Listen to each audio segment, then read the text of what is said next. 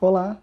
A relação do metilfenidato, que é a ritalina, com bebidas alcoólicas é muito importante. Primeiro que as bebidas alcoólicas são muito comuns, atualmente é muito utilizada pela população em geral, e a ritalina, que é o psicoestimulante metilfenidato, tem seu uso aumentado nos últimos anos. Eu achei que era importante focar nesses 4 pontos, a gente vai ver um por um, para a gente saber se é um mito ou se é uma verdade.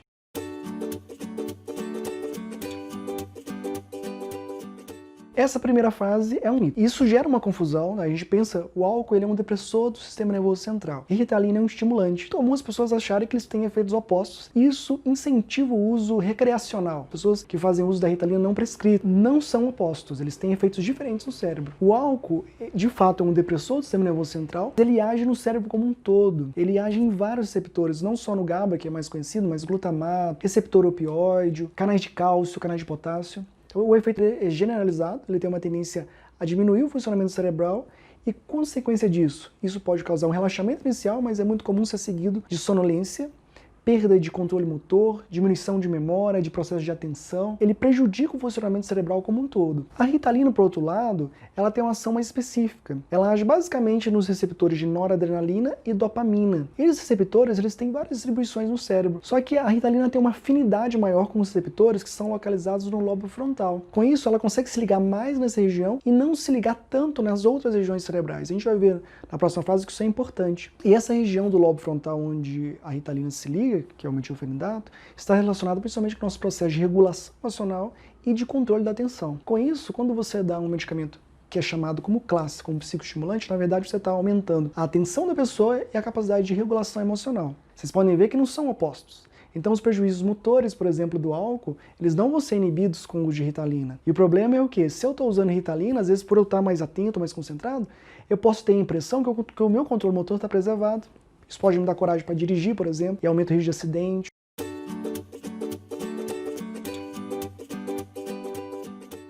Essa frase é verdade. As duas substâncias realmente têm risco de dependência, mas existe uma diferença muito grande entre elas, e é importante a gente fazer essa ressalva. Então, é verdade com ressalvas. Qual que seria a ressalva? Primeiro, o álcool é uma substância que tem um potencial de causar dependência considerável. Tanto é que em muitos locais é a principal substância lícita, junto com o tabaco, causador de dependência química. Essa dependência às vezes se instala com anos de uso. Não necessariamente ela começa muito rapidamente. Por isso que é difícil, porque a pessoa às vezes não percebe que ela está ficando dependente. Eu já fiz um vídeo falando só de dependência. Depois, se alguém quiser assistir, está no link na descrição. A ritalina, apesar de ter um risco de dependência, esse risco é baixo. E por que é baixo? As substâncias que causam dependência, geralmente elas dão um prazer. E aí que vem a confusão. As pessoas falam, Cândido, mas a dopamina não é um neurotransmissor relacionado com prazer?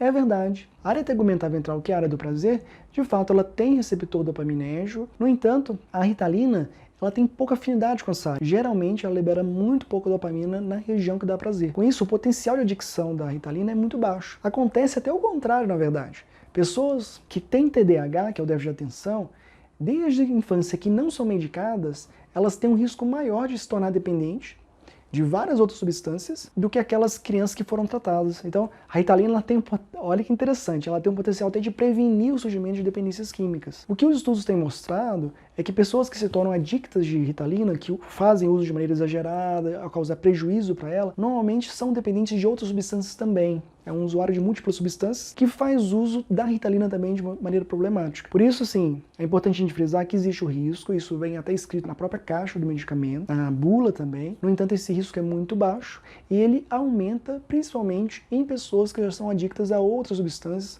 ou que têm uma estrutura de personalidade com maior risco para adicção. Por isso que é importante a avaliação médica antes da prescrição. Claro que nesses grupos de risco a gente tem um cuidado maior de prescrever, ou se prescrever, faz um acompanhamento mais próximo para evitar esses problemas com o uso da ritalina.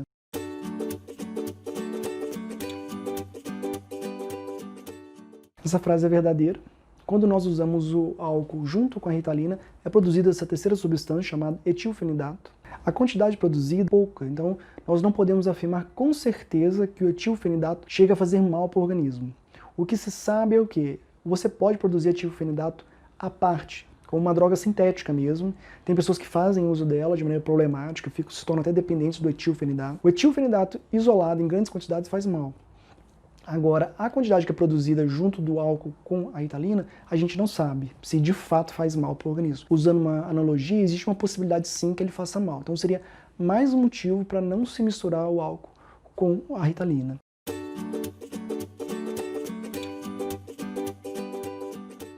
Essa frase de fato é verdade, não é seguro misturar álcool com a ritalina. Nós falamos de algumas questões já hoje, a questão comportamental, o risco de você não perceber que está com déficit motor, falamos da produção do etilfenidato.